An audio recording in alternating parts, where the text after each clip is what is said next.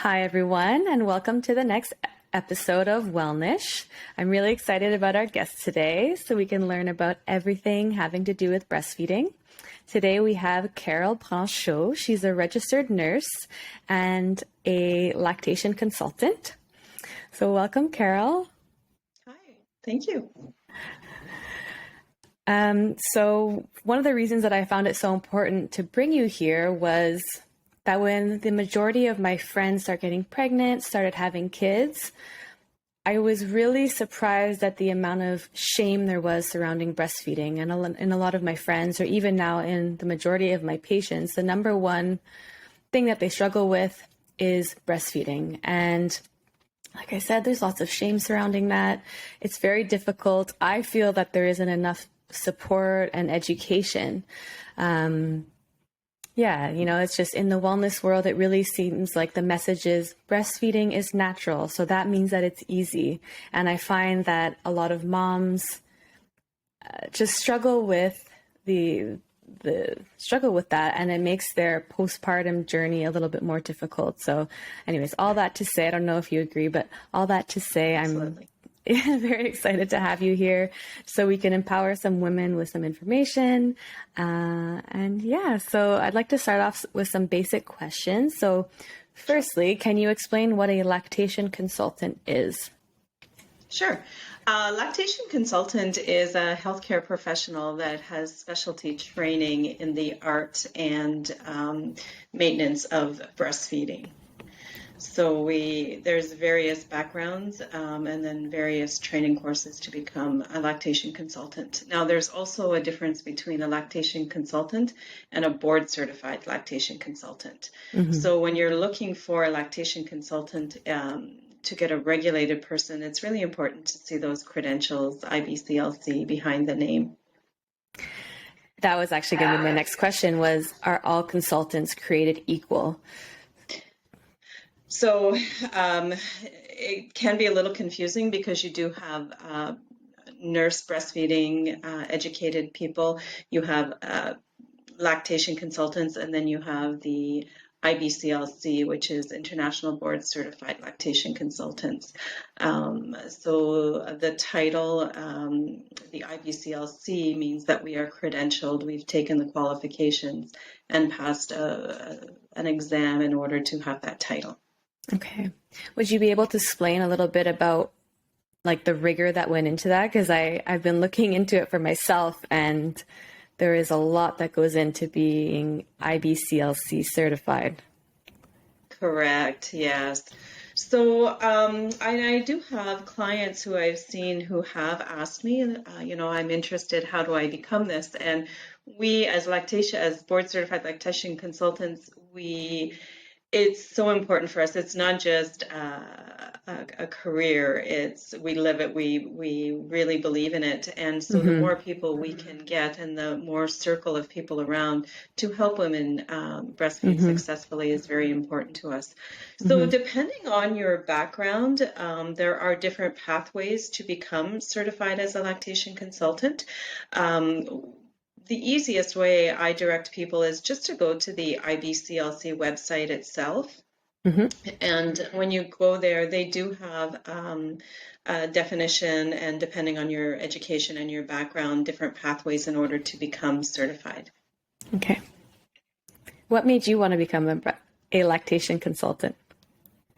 Well, I've always been interested in breastfeeding, and like everyone else, after my firstborn, my daughter, I struggled miserably with breastfeeding. My youngest is now 25 years old, and I still have a little bit of PTS around my struggle with breastfeeding. So after my daughter was born, even though I was a nurse and I thought, like everybody else, this is normal, how come I can't do this? I felt guilty. And then after she was born, I started working in labor and delivery. So then I thought, oh, wow, now I know more about it. This is going to be easy. 2 years later, my second child came along and I struggled just as miserably. So for me, it's always been something that I was always looking for more information, taking courses, trying to help women so that they didn't end up struggling as much as I did. But really, it wasn't until you become busy, life gets in the way. In 2014, I really looked into what I needed to do to become certified and become an expert in the area. And in 2016, I sat and wrote the exam and started my own practice in the same year. And it's been so rewarding helping women in their breastfeeding journey. Mm-hmm. And is there anything that you need to be doing on a yearly basis to maintain your accreditation?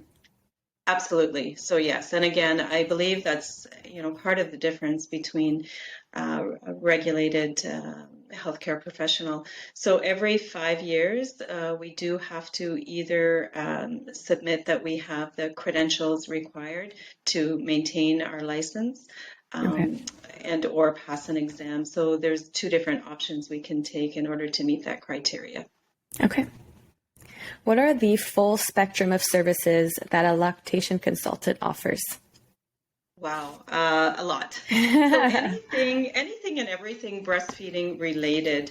So in my little practice, I not only do I work with moms and babes to help them in their breastfeeding journey, and that starts even before the baby is born. So we offer in the pregnancy period classes and information and one-on-one sessions to help you prepare for it. And then right up until the breastfeeding journey is ending. So whatever age that is for each couplet, we continue working with them up until that point. But not only working with moms and babes, we also we can do education sessions. Personally, myself, I do teaching programs for the nursing students in the nursing program. I do education pieces for my colleagues, nurses and doctors that I work with in our hospital. We can do research and for based data. So it just, the spectrum is just wide. Anything, that's why I say anything and everything breastfeeding related, you can branch out into as an LC. Okay. What can a mom expect in the first few days of the baby's life? In terms of breastfeeding. Related to breastfeeding, absolutely. So it is, for first-time moms, this is a huge curve for moms. They're learning not only, as you've said, they go through labor and delivery, and their body has just ran a marathon, and now they have this little baby. And there's a lot of information and a lot of things they have to learn. Not only just baby care, but now also feeding the baby. And you're right, the media portrays it as it's a natural thing, it should be easy. And a lot of moms come into this expecting it to be natural and easy. And there is a learning curve there. So in order for moms to prepare, I really stress the importance of preparing ahead of time before the baby is born, and then knowing the expectations in the first couple of days. What's normal? What can we expect day 1 and day 2 of baby's life really helps in the breastfeeding journey. What can I expect in breastfeeding? And guide them in that process. Okay, that makes sense. What can moms look out for in terms of, should they be looking out for anything in terms of tummy size? Absolutely. So I do have a little tummy chart. I'm going to hold it up. Let me know if you can see it. Yeah, I can see it. Can you see that okay? Yeah. Right. So this is worldwide a piece of information that the World Health Organization and Best Start has put out to describe tummy size for moms. I've gone a little further on this chart, and I've just added volume amounts for teaching purposes. So basically, day 1 of life, the baby's tummy, day 1 and day 2, the baby's tummy is the size of a cherry. So we're talking small volumes that the baby puts in there. And then day 3 and day 4, the tummy has doubled in size to the size of a walnut, but it's still small volumes. Okay. So day 1, day 2, we're looking drops up to a teaspoon, and day 3, day 4, we're looking at about a tablespoon every time the Okay. baby goes to the breast. Okay, So interesting. very important that healthcare professionals and moms know this information, because it takes time to learn how to breastfeed. And when you're talking small volumes, you have time to work on that from the day 1 when the baby is first born up until day 4. So you have 4 days to really practice and learn how to breastfeed. Makes I sense. often stress with my moms, achieving a latch in the first 24 hours isn't, it shouldn't be stressful, and it's not, it's important, but it shouldn't be a stress, because we're talking small volumes. There are other ways that we can feed that baby those volumes and show them the milk is coming from the breast without stressing on getting that perfect latch. Would that be milk expression? Exactly. Hand expression, letting the babies lick the colostrum and kind of, do that from the breast. That way they learn the food is coming from here. Okay. And then maybe even doing a little finger suck, scooping the colostrum up with your finger and letting the baby suck it off your finger, which sucking from a finger properly teaches a baby how to latch to a breast. So I find in the first couple of days of life, a lot of moms really stress on achieving that latch, and then they are feeling like they're starving their baby, and the latch isn't happening, the baby's crying. And so, and then they're getting maybe suggestions from healthcare professionals. We need to feed the baby, and then we jump to formula and introducing bottles, which is really detrimental to the whole process of learning how to breastfeed. Okay. And again, when we're talking small volumes, drops at a time, you really don't need to jump to formula and bottle feeding. Okay. That makes sense. And during those first few days, how often can mom expect to be feeding the baby? Exactly. So day 1 and day 2 of life is completely different from at the end of the first week of life. So when the babies are first born, the first 2 hours of life, babies, depending on, again, your birth story and what happened in labor to get you to that point, but unmedicated babies, the first 2 hours of life, they are very alert and aware of their surroundings. During that time, that's when the babies will latch during the first 2 hours of birth. So super, super important for that skin to skin and mom and baby staying together the first 2 hours of life.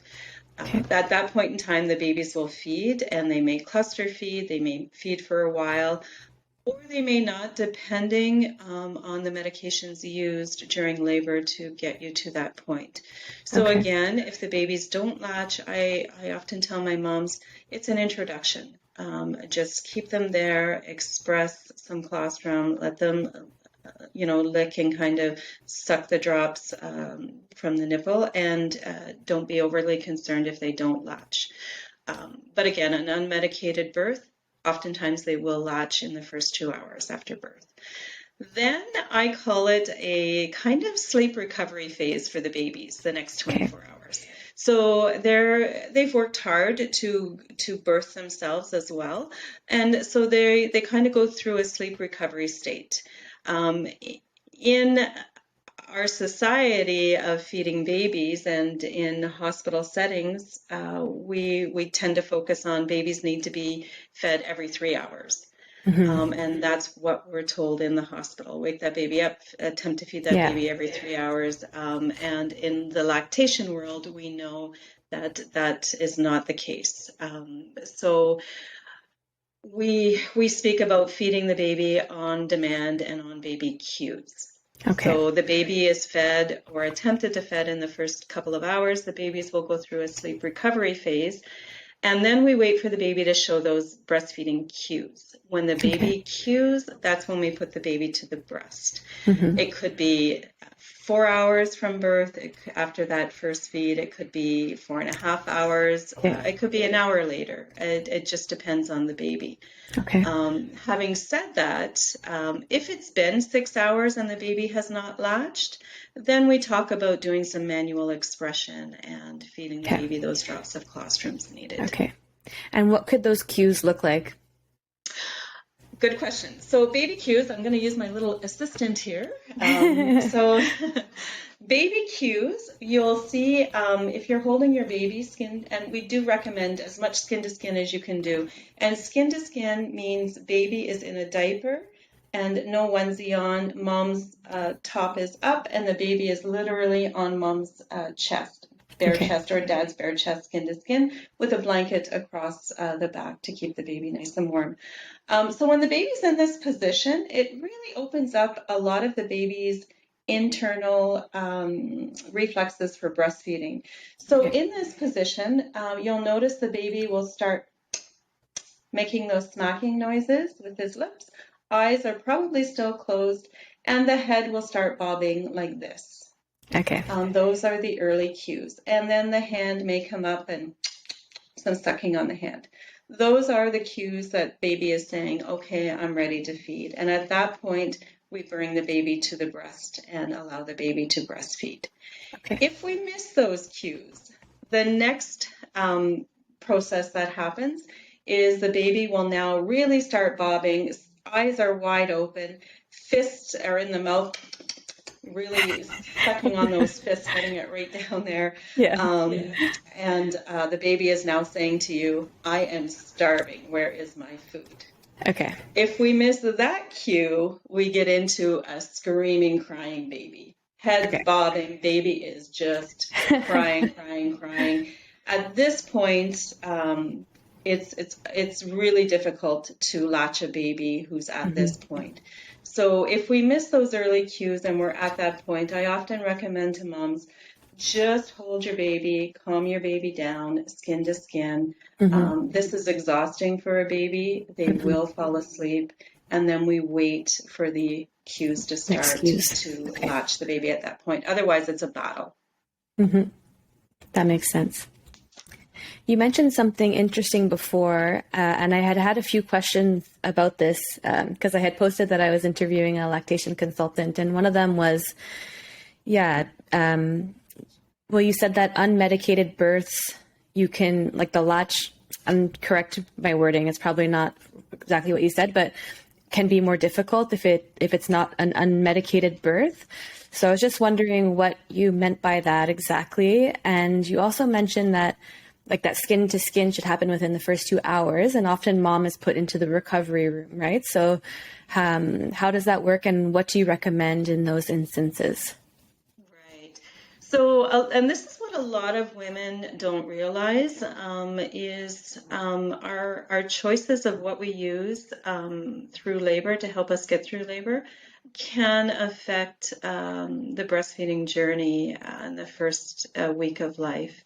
So what I mean by that is women that are in labor, we have options to help us get through labor. Labor is painful.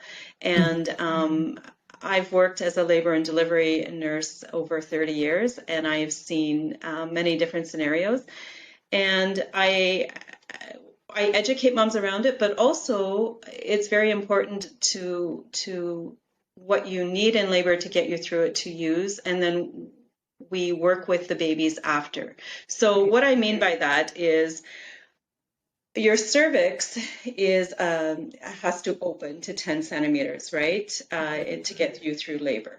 So when I'm teaching moms about labor and delivery and the effects after is your cervix starts out long and closed, and it has to thin out and open and dilate. So your body needs to work with you have to be relaxed and calm to allow that to happen, so that you're not fighting against your body for that cervix to open.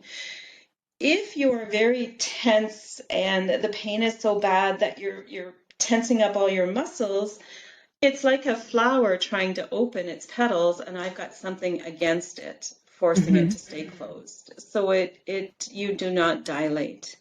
Okay. So when I'm educating our moms, I said, so we try and find things to keep you relaxed so that that muscle can do its thing and open. Whatever you need to get through it. So I always start with, let's start with the unmedicated options that are out there. Using a birthing ball, ambulating, staying hydrated, getting into a jacuzzi tub if you have that, walking around, music, distractions, all of those things. Then your next option for labor, if those aren't working for you and you're finding that you're fighting your body and not allowing it to relax, to open, then we have narcotics are available. So in our facility, we use morphine. Okay. And fentanyl. Those are your two options. Some facilities are still using Stadol. They're all opioids, and they all work to decrease the amount of pain you're having, to help you relax, to help that cervix open. Right. Opioids do cross the placenta and enter the baby's bloodstream as well. So if you're using that, depending on time factors from the time that you receive the medication to the time the baby is born, will affect the baby. So the babies, if you've had morphine and the baby is born, the babies can come out a little sleepy and dopey. And if they're kind of sleepy, then those first 2 hours of life, they're not going to be as awake to get to the breast to want to breastfeed. I see. Okay. Epidurals, same thing. So epidurals, the drug in there is bupivacaine and fentanyl. So again, some of that medication crosses into the placenta and can affect the baby. So when the babies come out, depending on how many hours you've had the epidural for, that medication, is in the baby. It is short-lived, but it does affect the baby. So when the babies come out, the studies do show the babies are a little sleepy. Okay. So that's what I mean between a medicated and an unmedicated birth. That's good to know. So again, not to discourage people from taking what they need to help them get through labor, because if your body is like this, you're not going to dilate. And then we're looking at a C-section, and we can talk about that further, how C-sections affect the whole breastfeeding journey. So we want to avoid C-sections, and we want to use whatever we need to help our body get relaxed in order for us to dilate.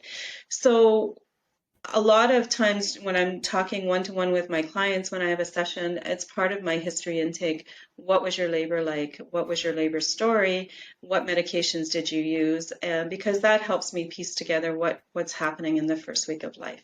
Right. And if we know the baby you needed, narcotics to help you get there, and you had lots of doses or long epidural periods, then we know the baby's going to need that time to adjust, and we don't stress about, the baby didn't latch in the first 2 hours of life.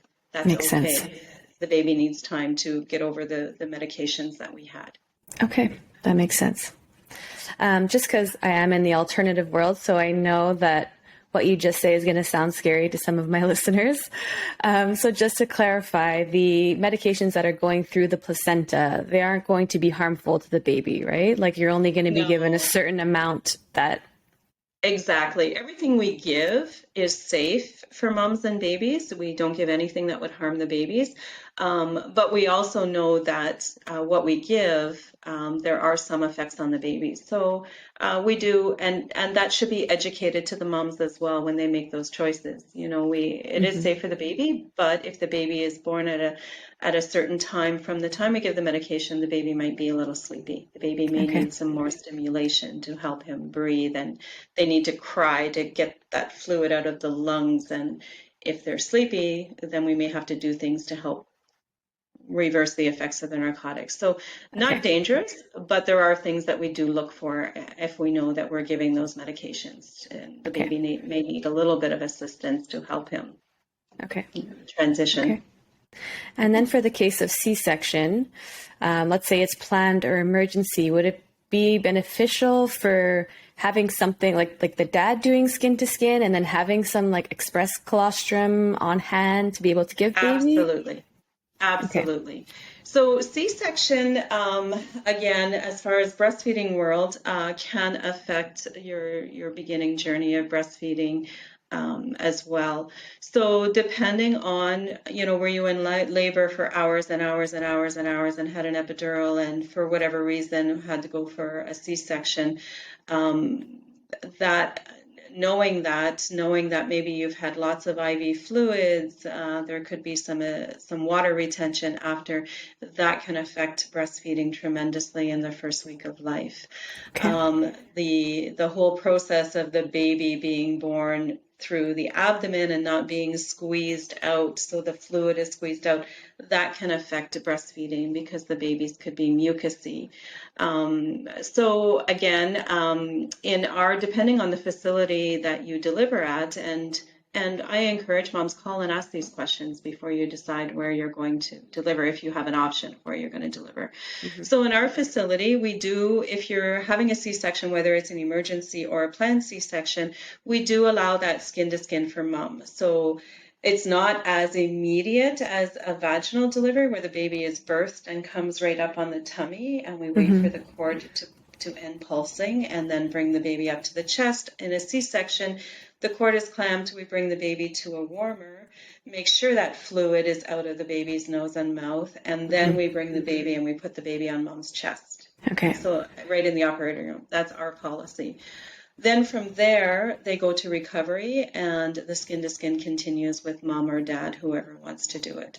Okay. Some facilities, they don't have the skin-to-skin in the OR for the moms, only in recovery room. So at that point, I do encourage dads, do skin-to-skin, because whatever family member is doing skin-to-skin is very beneficial.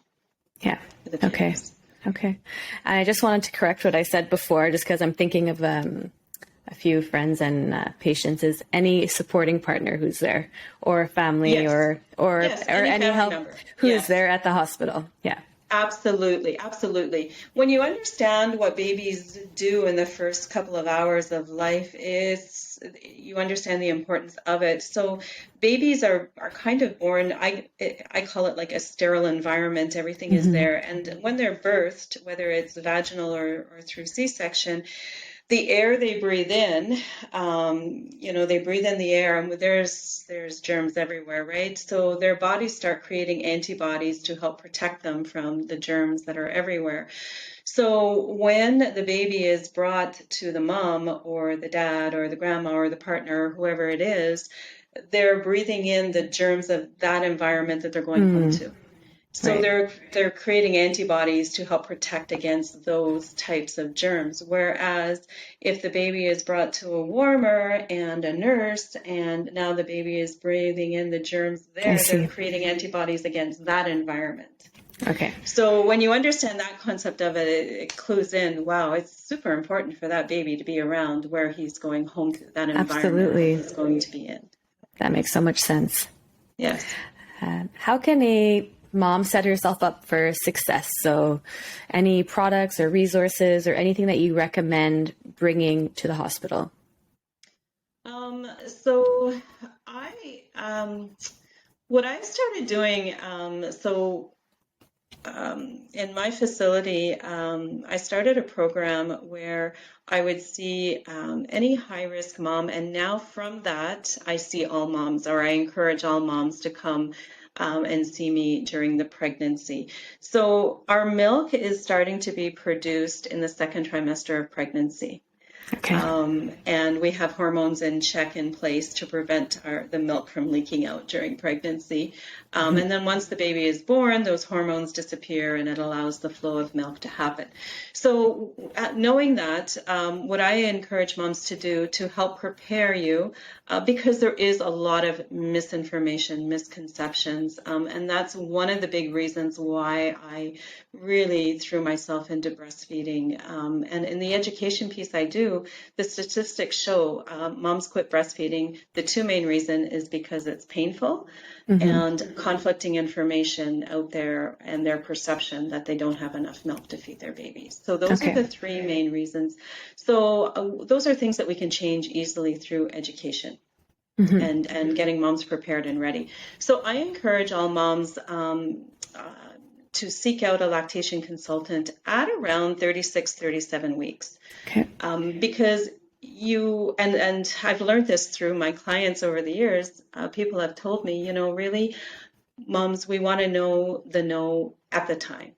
Don't start telling me about, like, I want to know a little bit about breastfeeding, but my mind isn't there. In the early pregnancy, I'm thinking about early pregnancy, and in the last trimester, I'm preparing for birth and what is the birth going to be like. So I feel like 36, 37 weeks, you're still interested in the birth, but you've researched and you've known about that for a while now, and now it's time to think about those first few days of life and how to prepare myself. So by seeing a lactation consultant in around that time, we can start preparing you for your breastfeeding journey in hand expression, showing you how to hand express that colostrum. So that way, when the baby is born, if the baby's struggling with latching, you've already learned, you've had 3 weeks of practice of expressing your colostrum. So you've got that down pat, you know how to do that. You're not learning, it's not overwhelming. Now I've got this baby, I've got to learn how to change a diaper, I've got to learn how to hand express, I've got to learn how to breastfeed. It's way too much information. So you learn how to hand express, you're collecting that colostrum, you're bringing it to hospital with you, and if the baby has any issues, if the baby's not latching, if the baby has a low blood sugar, you have your own colostrum that you can give to the baby. And then you're more relaxed because you know how to hand express. And now you can express that milk, and the baby you can find other ways to feed that to the baby. If we have issues in hospital that the baby, we can't wait for a latch, we have to feed the baby for whatever reason. So that stress is gone. And then we also prepare moms, what is that first 2 hours going to be like? It's important, crucial to keep that baby there, skin to skin, keep the baby warm. The first day of life, what are the expectations? Is it normal to say, I need to wake that baby up every 3 hours and feed? No, no, it's not. But, and I may get different feedback from this, but in the lactation consultant world, that is not normal. And any human being, we don't feed by a clock every 3 hours. That's not normal, right? Babies are little human beings.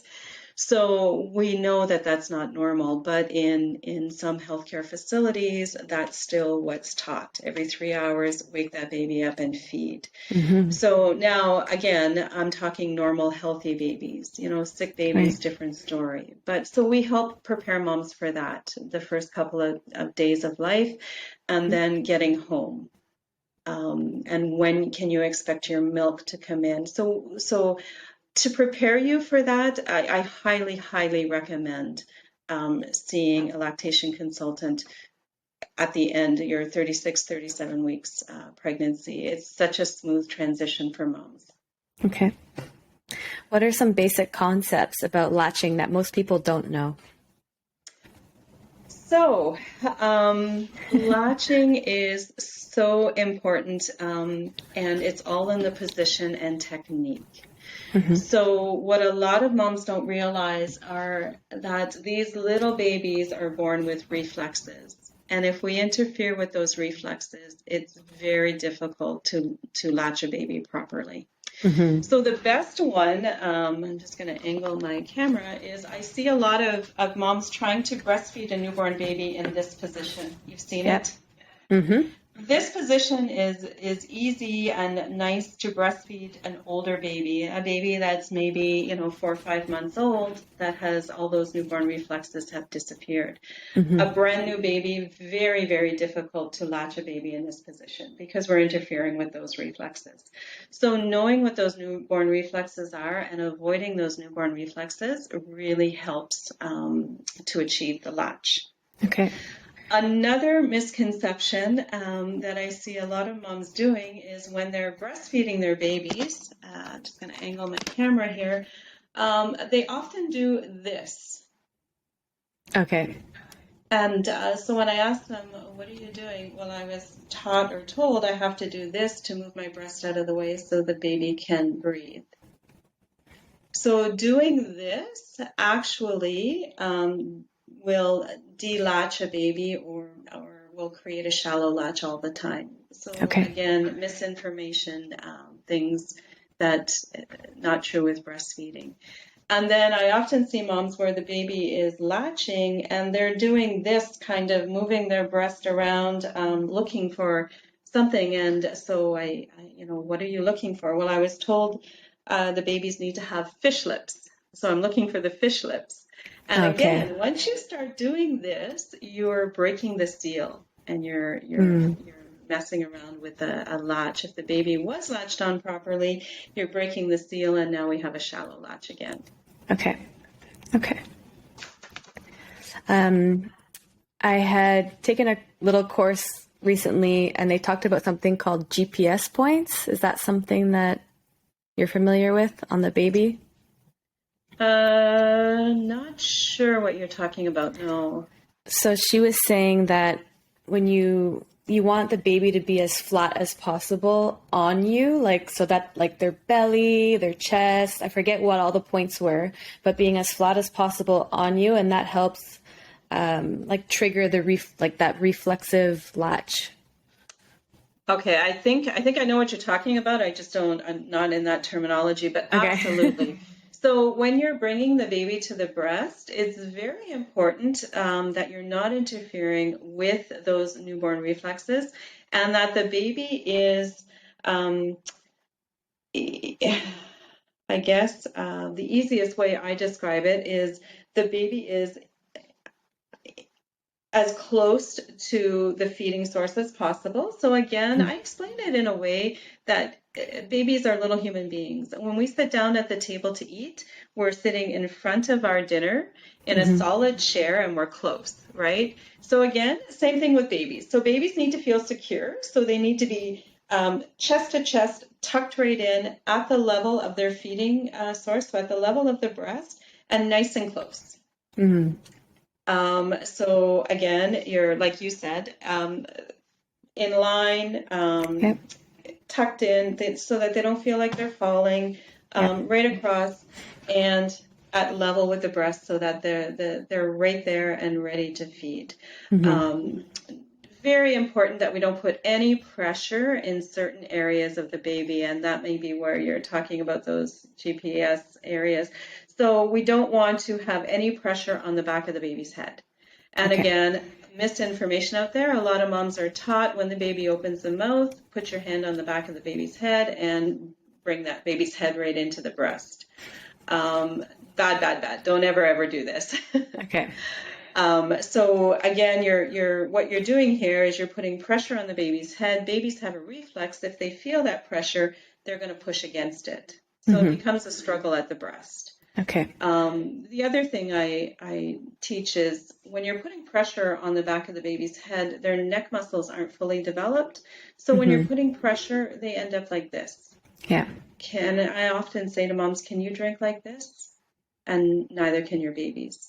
So there are certain areas on the baby that you really want to avoid touching or interfering when you're bringing the baby to the breast. And that's when I say the technique and position is very important. I'd say in 80% of the clients I see, their problems with breastfeeding are related to position and technique. Okay. Would you be able, I'm thinking back to this course too, is that she was saying that you want the nose up and then the breast is touching the chin? Absolutely. Okay. Absolutely. So that's part of your technique. I'm just going to grab a little prop. Sorry,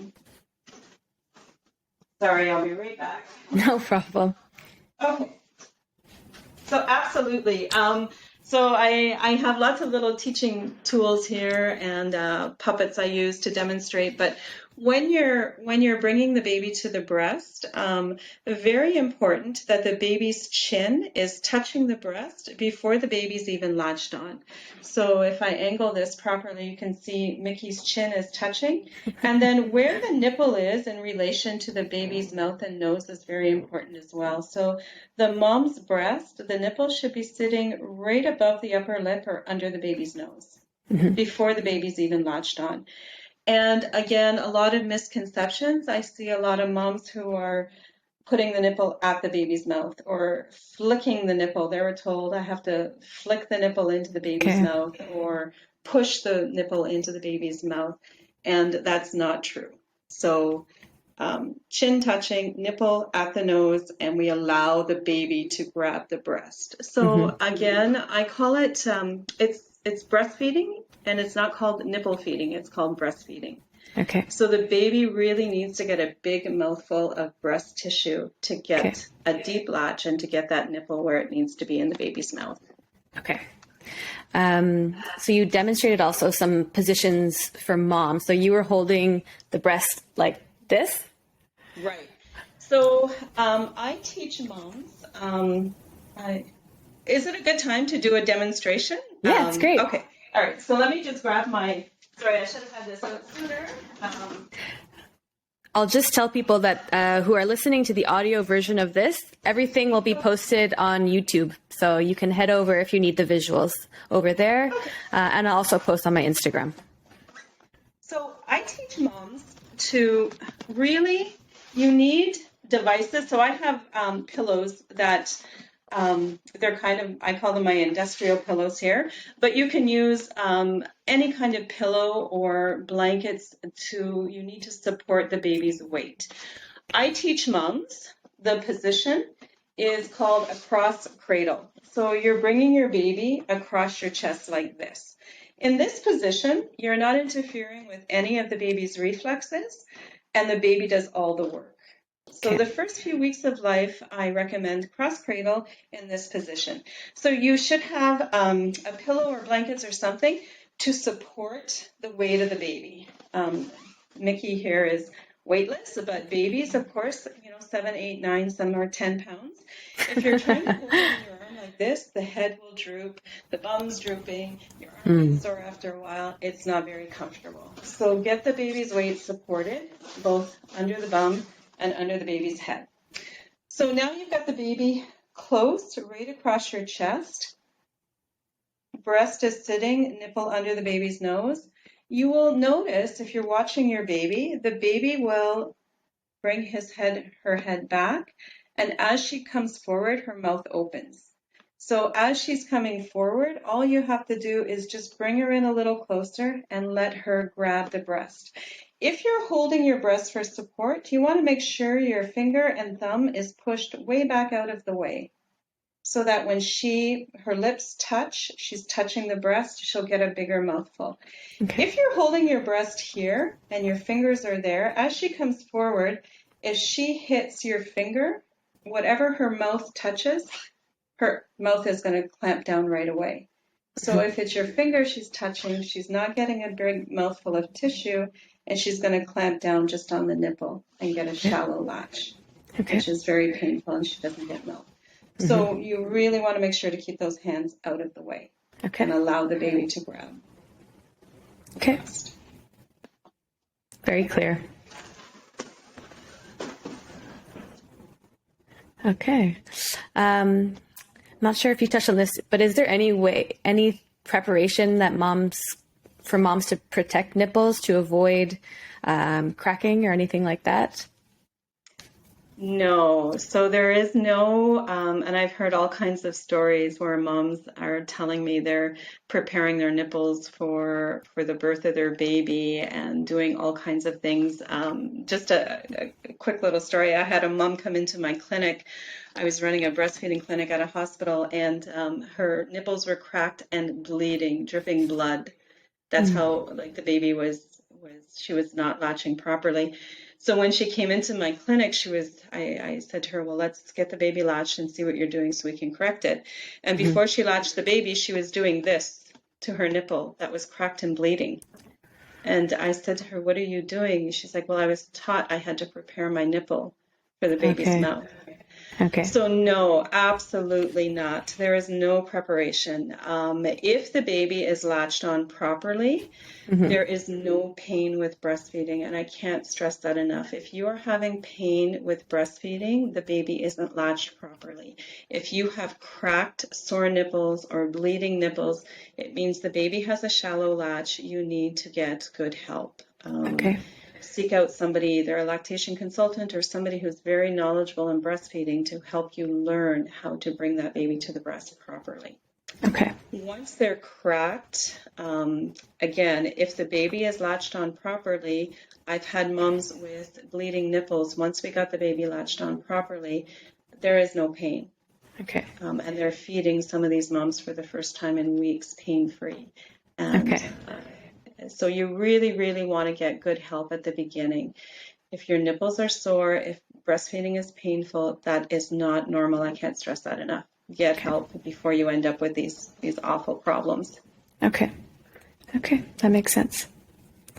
Can you explain the difference between colostrum and milk?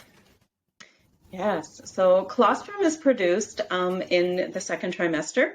Colostrum is a very small amount of milk. So we're not speaking volumes, but it's packed with everything the baby needs. So when babies are first born, their immunity system isn't fully developed, it's weak, and your colostrum is full of all the antibodies and all of the things to help protect the baby against these germs in our environment. The other thing is babies need to grow, and their brains and their bodies develop quite quickly and grow quite quickly. Colostrum is very high in protein to help in that growth, and very high in fat and sugars to help the babies in those transition period from transitioning from utero into life. Okay. Milk. The milk comes in typically around, on average, day 3 of life, but can happen anywhere between day 2 and even up to day 7 being late. Okay. And when your milk supply comes in, it still has lots of antibodies in it to protect the baby from the infection, but not as much as the colostrum. The milk even looks different when your milk comes in. So colostrum is very thick and sticky, whereas your milk now, it looks more like milk. Okay. It has that watery consistency to it, not as thick. Okay. Do you have any tricks, whether that be lifestyle or nutritionals nutrition to help keep a good milk supply? So the milk supply, once it comes in, so colostrum, whether you plan on breastfeeding or not, our bodies are meant to breastfeed. We're going to produce that colostrum. It's going to be there, and our milk will come in between day 2 and day 5, regardless of whether we're breastfeeding or not. So prior to that, not really. What is interesting to note, though, and I found this out as I took my lactation course, it's fascinating, is whatever you consume, so your food and diet during pregnancy gets broken down and it goes through the baby's bloodstream. Then, so whatever you're normally eating, the baby kind of, develops a taste for that through utero. Then when the baby is born and we start breastfeeding, whatever your diet continues, the baby does that food association through the breast milk. Okay. So if you've been eating healthy, and the baby will do that, you're eating whatever, let's say broccoli throughout your whole pregnancy and then through your breastfeeding journey. When you start introducing solids at 6 months of age, if you've been eating broccoli throughout the whole breastfeeding journey and now at 6 months you're introducing broccoli to the baby can do that brain association. Oh, I've had this before. I know what this is. If you've never eaten broccoli a day in your life and now you're feeding it to the babies will kind of like make those faces and, maybe want to spit it out because they can't do that brain association. So it's fascinating. It's really fascinating. That is really fascinating. So having said that, so no, regardless of what you eat, your milk supply will come in and you will develop colostrum. And then at day 3, your milk supply will come in. Once your milk supply comes in, how to maintain your supply is through making sure the baby has a good latch. So once your milk supply comes in, the milk is produced by supply and demand. So what I mean by that is the breast milk is being manufactured and produced in milk sacs all around your breast. So when the baby feeds and drains that, I call it like unionized workers. The little unionized workers get up and they start the production. The baby feeds, drains it, they start the production. Now, because they're unionized, they get paid whether they do the production or not. So if the baby doesn't drain the breast, they kind of sit back and don't do anything. And then the next feeding, the baby doesn't drain the breast, they don't produce. So over a period of time, if the baby doesn't drain that milk, the production starts slowing down and our milk supply starts decreasing and going. Okay. So in order to maintain a good supply, we really need to make sure once that milk supply comes in, that we have a good latch and that we know what a good latch is and the baby is emptying and emptying the breast so that we can produce more, our bodies will produce more. Okay. And how do you know that it's been emptied? Good question. So the early days, the colostrum, it's really tricky. You don't know because your breasts feel the same. Once your milk supply comes in, if you're doing a normal path of breastfeeding and breastfeeding is going off well, your breast should feel a little heavier once the milk supply comes in. Mm-hmm. So heavy is normal. Engorged is not normal. So a lot of moms, the misconception out there again, they feel, well, my breast never really got firm and hard. Okay. They shouldn't get firm and hard. If your breasts are getting firm and hard, there's probably something going on, whether it's the baby's not latching properly, you had lots of IV fluids in labor, there's a lot of edema there, or there's an issue going on with your breastfeeding. So your breast milk comes in, your breasts feel full, the baby feeds, they should feel softer. Okay. And then prior to the next feed, your breasts feel a little heavy, the baby feeds, they feel softer. The other important thing, and moms should really be taught this before they leave hospital or before they leave their choice of birthplace, is what does that milk transfer sound like? How do I know the baby's getting enough milk? And again, I find we're lacking in this information in our labor rooms. So moms, very important, before they leave hospital, they should know what swallows sound like at the breast. Okay. So how do I know if the baby's getting my milk? If you're hearing swallowing. Okay. If you're hearing swallowing, we know the baby's getting milk. If you're not hearing swallowing, that baby could be on the breast for an hour. It doesn't mean he's feeding well. Okay. That makes sense. Some questions that I got also were, can pumping affect milk supply, and what your general opinion is on that? Like, when do you, if somebody is eager to pump, do you have a specific time you recommend that they wait? And when is it really not advised? Absolutely. So pumping, and I get this question often.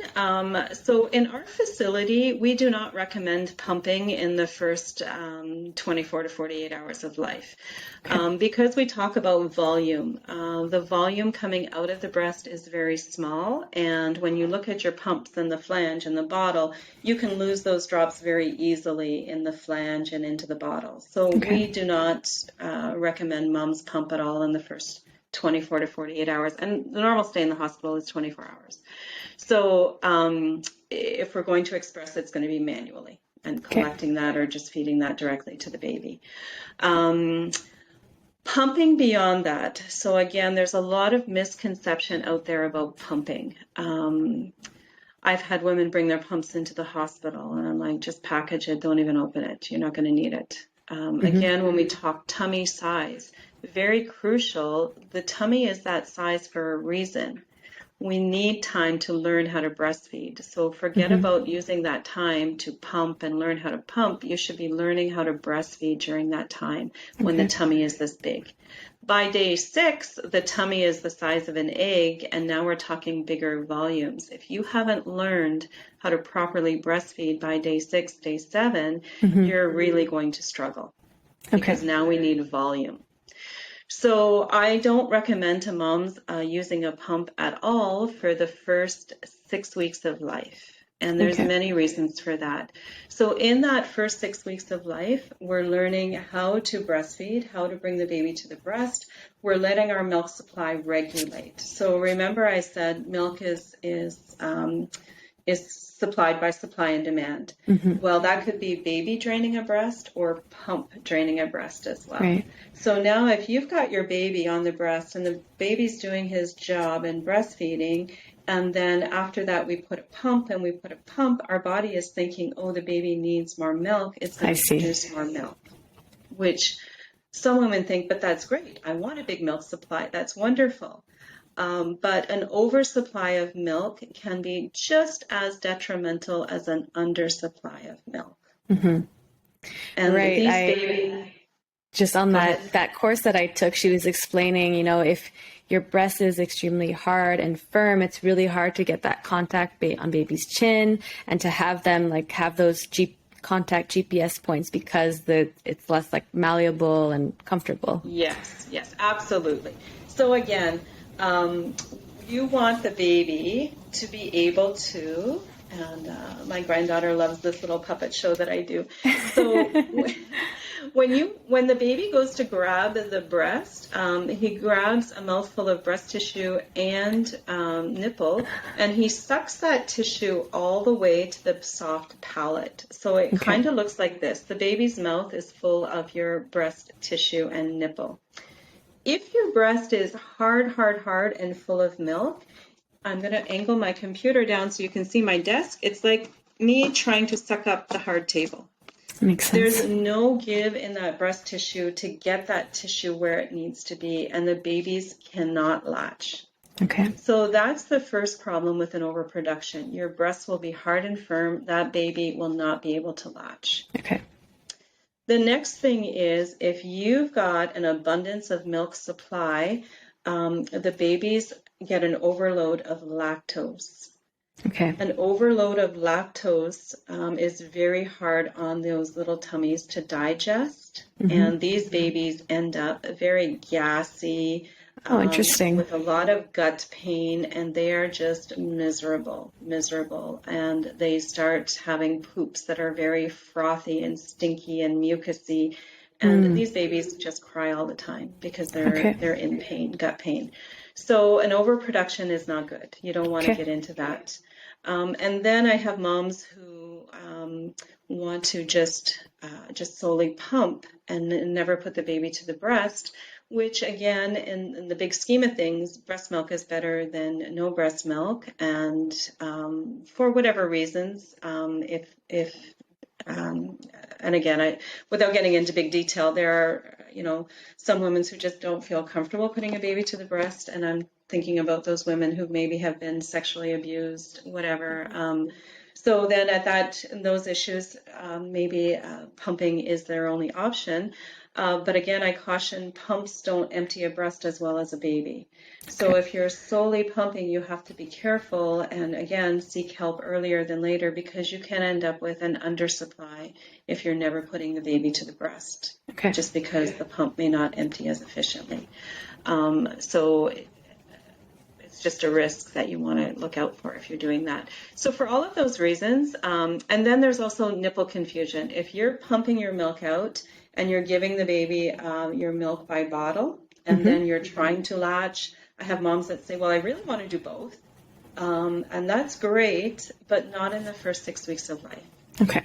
So at under 6 weeks of life, the babies suck differently on a bottle than they do on a breast, and they do get nipple confusion. After 6 weeks of life, your milk supply has been established. If breastfeeding is going well, babies are a little bit older, their brains are a little bit more developed. Now they can tell the difference between a bottle and a breast. Right. So then the occasional bottle is okay, but trying to do it before, you're setting yourself up for problems with nipple confusion. That makes sense. Well, we're almost at our 1 hour mark. So I just wanted to, because it's Breast Cancer Awareness Month right now, I did want to get to a few little safety things. So something that comes up a lot is, and if it takes too much time, you tell me, but I would love to know the difference or things to watch out for, how women, warning signs for breast cancer. And then if you could also touch on the difference between mastitis versus clogged ducts versus vasospasm, and then the warning signs of, that there could be a bigger issue at hand. Issue going on. Absolutely. Again, I won't be able to go into great detail because this is a topic I can go on for hours with. But we'll start with the mastitis and the clogged ducts and the vasospasms. So all of those things, if you're experiencing any of those things, it's an indication that breastfeeding is not going well. And these things can develop anywhere from, day 2, day 3 of life, right up until 6 months, 12 months, a year into breastfeeding even. Okay. So if you're having any of these issues, there's something going on with your breastfeeding, get good help sooner than later. Now, the difference between clogged ducts and mastitis, sometimes a very bad clogged duct and a beginning mastitis could be very similar. Okay. In knowing what the difference is. So basically, mastitis can develop from a clogged duct. A clogged duct means the baby's not draining the breast properly, and it's usually due to a poor latch. So we need to get help to correct that problem. A clogged duct will relieve on its own once you fix the problem with the latch. And same with mastitis.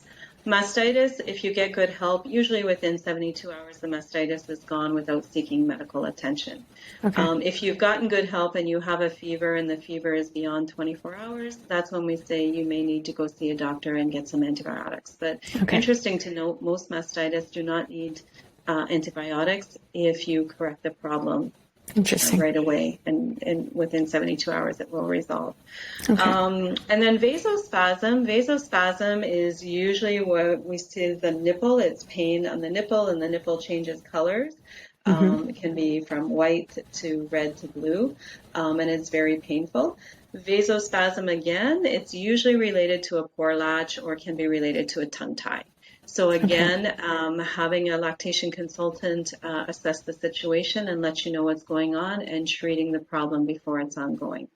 Now, touching on to cancers. So cancer is a little trickier because, again, women, we know if there's a lump in our breast, we are thinking, oh my God, is this cancer? I need to go get it investigated. But in the breastfeeding world, our breasts do feel lumpy bumpy as those milk sacs fill up with milk. So what is it? So the good thing to know is cancer, usually when you're palpating a tumor and it's cancerous, when you touch it, it's not painful. When cancer becomes painful, it's far gone. So we know that. And then with milk sacs filling up with milk, as we drain that breast, those lumps go away. So if it's cancerous or something concerning, those lumps don't go away. So that's one of the indications.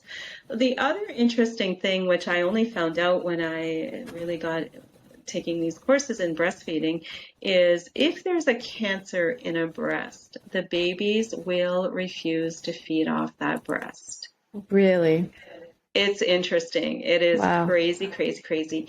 And I did see this once in my 30 years, a young mom who worked with a lactation consultant at the time, and the baby, no matter what they did, that baby would not go on the breast. And finally, she went and got a mammogram and an ultrasound, and it was definitely cancer in that breast. So, and the research does support it. Babies will just refuse to go on a breast that has cancer in it. Wow. Yeah. I did not know that. Yeah. Well, thank you so much for clarifying that. And thank you so much. Did I answer all the rest of the questions? I can't remember. We have definitely more, which makes me definitely want to have you to come back, because I'm realizing also that there's so much detail. So I would love to do another session with you at another time, and we can leave it there for today. Absolutely. Okay, I can talk for hours and hours and hours. Oh my gosh, you're so easy to listen to. The time went by like so quickly. You're a great teacher. Well, I do enjoy this. Like I said, I feel like I have the best job in the world. I do labor and delivery, which I love. I love empowering women and getting them through labor, and then continuing on with breastfeeding and helping them through their breastfeeding journey. It's just a passion. So it makes the time go by quite quickly because I enjoy it so much. If somebody listening today wants to work with you, how can they reach you? Absolutely. So Googling out lactation consultant. Again, I'm on the Google website, Facebook. Instagram, and also the IBCLC website Okay. here in Quebec and in Ontario. Okay. So currently, right now, I'm seeing breastfeeding moms from Montreal West. Okay. Right through into the Ontario border, into Cornwall. Oh, So, wow. and I can do either home visits, in-office visits, or virtual web-based, depending on mom's preference. Okay, perfect. So, That's great. yeah. What's your Instagram handle? Do you know it by offhand? Oh boy, as I said, I'm not tech savvy. And I'm working with a friend of mine who's quite young to get more into this. But if you just Google my name on Instagram, it's just under my name, and also Facebook as well. Perfect. And I had a friend trying to get me into TikTok and all of these things. I'm not there yet. But basically, if you just Google, I'll find you on all the different platforms and I'll link it to the episode. Oh, wonderful. That would be great. Well, Carol, I learned so much and I'm so grateful that you gave us your time today. Well, I'm glad you reached out to me. Like I said, I don't advertise. It's just been word of mouth, and the contacts I've been getting through my clients, it's just been incredible. It's been a great. I'm enjoying this journey, and it's very rewarding to me to help moms pursue their journey of breastfeeding, and it's so important, especially during the pandemic. I mean, absolutely. You know, and with COVID formula, is a virus, and breast milk protects against viruses, so it's even more so important in today's day and age. Plus, there's a huge formula shortage now too. Yes, absolutely. Which again, I mean, I don't want to diss formula. Formula is good for those who need it, but our babies aren't made to drink formula. They're made to drink breast milk. So, just helping moms with that, there's such a misconception out there that moms think, oh, I won't be able to breastfeed. I can't do it. There is such a very small percentage of moms who can't breastfeed. It's just not so. But for those moms who do need the formula, it's great we have it. But again, now that we have this shortage, so important to help those moms who really want to breastfeed. Absolutely. Well, thank you. Have a great rest of your day. Thank you. Okay. You too. Thanks for having me on. My pleasure. Bye. Bye.